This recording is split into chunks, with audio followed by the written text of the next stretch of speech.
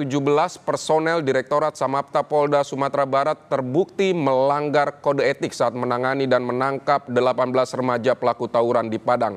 Kini mereka tak hanya melanggar etik, tapi juga terancam hukuman pidana. 17 personel Direktorat Samapta Polda Sumatera Barat terbukti melanggar kode etik saat menangani dan menangkap 18 remaja pelaku tawuran di Padang. Sebelumnya, Kapolda Sumatera Barat mengatakan 45 personel polisi diperiksa atas kasus pembubaran tawuran remaja di Padang, Sumatera Barat. Hasilnya, 17 personel terbukti bersalah. Pelanggaran terjadi di Mapolsek Kuranji, Padang saat menangani dan menangkap 18 remaja pelaku tawuran 9 Juni lalu. Saat ini, 17 personel yang bersalah masih dalam proses pelengkapan berkas dan akan segera disidangkan. Tak hanya pelanggaran etik, 17 personel tersebut juga berpotensi terancam hukuman pidana.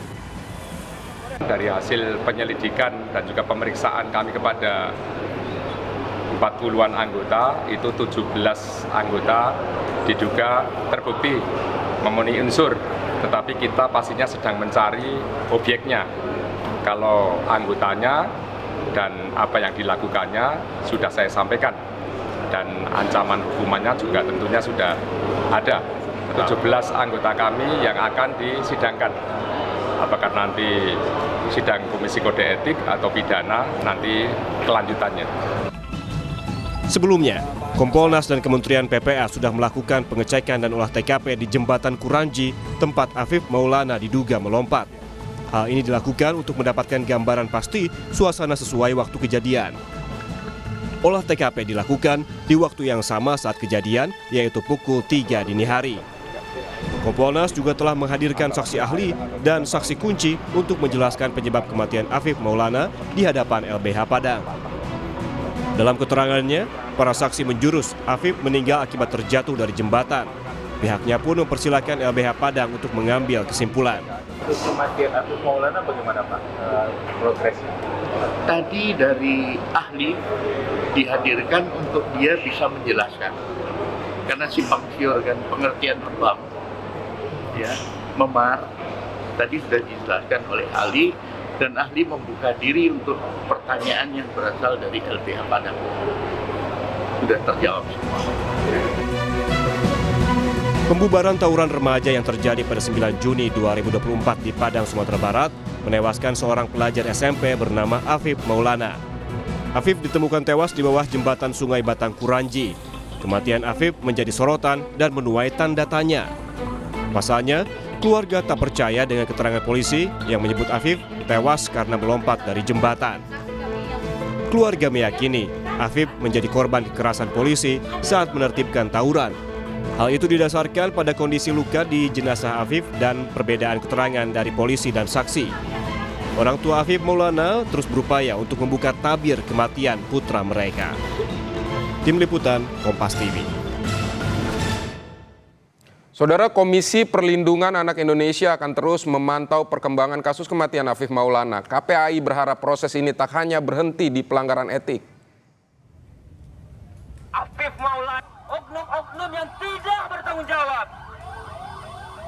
Komisi Perlindungan Anak Indonesia menilai tidak tertutup kemungkinan ada bukti baru dalam pengusutan kasus tewasnya Afif Maulana.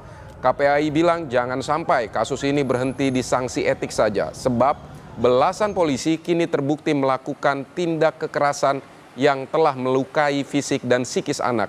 KPAI juga mendorong pemerintah untuk mencari solusi tepat bagi pencegahan kekerasan pada anak.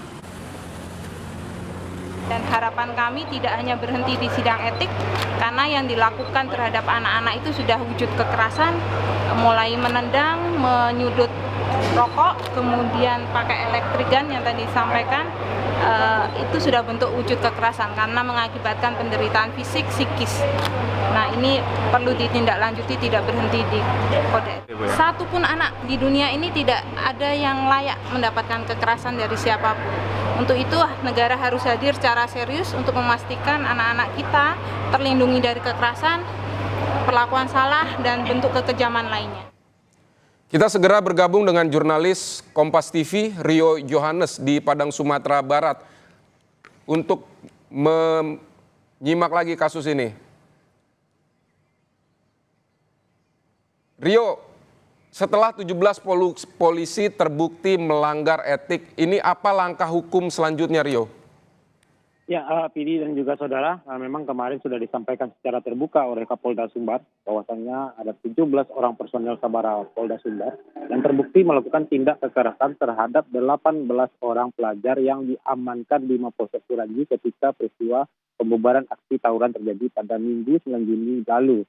Dan dari 17 orang ini saat ini memang masih proses pemberkasan karena yang baru diketahui adalah siapa yang melakukan dan apa bentuk tindakan. Sementara untuk objek, karena di sini banyak 18 orang, itu masih dalam proses penyidikan lebih lanjut. Dan untuk itu Kapolda menyebutkan bahwasanya saat ini masih dalam proses pemberkasan. Mereka, 17 orang ini memang belum dilakukan penahanan, namun ditegaskan lagi bahwasanya mereka sudah diamankan di Biro Paminal. Polda Sumbar menyatakan bahwasanya ini prosesnya akan dipercepat dan mereka segera akan disidangkan. Tapi dalam hal ini Komisi Perlindungan Anak mendorong juga kepada Kapolda Sumbar agar mereka tidak hanya diberikan sanksi etik, tapi juga dibawa ke ranah pidana karena bentuk tindakan yang dilakukan terhadap anak-anak yang diamankan pada Minggu 9 Juni yang lalu itu juga sudah melebihi batas karena mereka juga menggunakan puntung rokok dan juga electric gun. Demikian, PD. Rio, ini bukan hanya etik tapi ada potensi pidana. Sebenarnya tindakan apa yang membuat para polisi ini berpotensi di proses hukum secara pidana? Ya, karena di sini PD mereka juga sudah menyalahi atau melangkahi kewenangan mereka sendiri ketika mengamankan. Mereka melakukan tindak kekerasan, mereka melakukan pemukulan, juga melakukan bentuk tindak kekerasan dengan menggunakan api rokok dan electric gun. Sehingga ini sudah meranah ke pidana, sehingganya KPAI mendorong juga ini tidak hanya diselesaikan secara etik, tapi juga dibawa ke ranah pidana karena ini sudah masuk ke kategori penyiksaan terhadap anak di bawah umur. Demikian. Baik, tapi kalau soal penyebab kematian ini memang belum ada hasil apa-apa atau seperti apa, Rio? Ya, ada kemarin sudah digelar pertemuan, Kompolnas sudah menggelar pertemuan dengan LBH Padang, orang tua korban, Ombudsman, KPAI, dan juga Komnas HAM itu sudah menggelar pertemuan dan dalam pertemuan ini dihadirkanlah saksi kunci dan juga saksi ahli. Dan dalam hal ini memang dari keterangan saksi kunci dia menyatakan bahwasanya korban itu memang sempat mengatakan ingin melompat dan melihat posisi korban berada di jembatan pada sebelah kiri. Namun ketika dia diamankan dia tidak melihat lagi korban. Untuk saksi ahli sendiri menyatakan bahwasanya dari bekas-bekas luka ini korban terindikasi tergelincir di jembatan. Sedikit berbeda memang dengan pernyataan Polda Sumbar yang menyatakan dia melompat. Di sini saksi ahli forensik menyatakan indikasinya dia tergelincir dan jatuh di bawah jembatan. Demikian, PD. Baik, tadi Anda jelaskan saksi-saksi menjelaskan bahwa ini penyebab kematiannya karena melompat begitu. Apakah ada saksi yang menjelaskan kemungkinan lain begitu? Misalnya karena penyebab lain? Ya, PD di dalam hal ini saksi tidak menyatakan bagaimana proses penyebab kematian. Mereka tidak menyampaikan penyebab kematian, tapi peristiwa itu disampaikan oleh saksi ahli dari forensik itu memang ada indikasi korban ini tergelincir sehingga jatuh dari jembatan hingga dia meninggal dunia. Sementara dari saksi kunci yaitu korban A yang ketika itu menggonceng korban Afif Maulana ini menyatakan bahwasannya setelah terjatuh dari motor, mereka memang terpisah jarak sekitar lebih kurang 3-4 meter.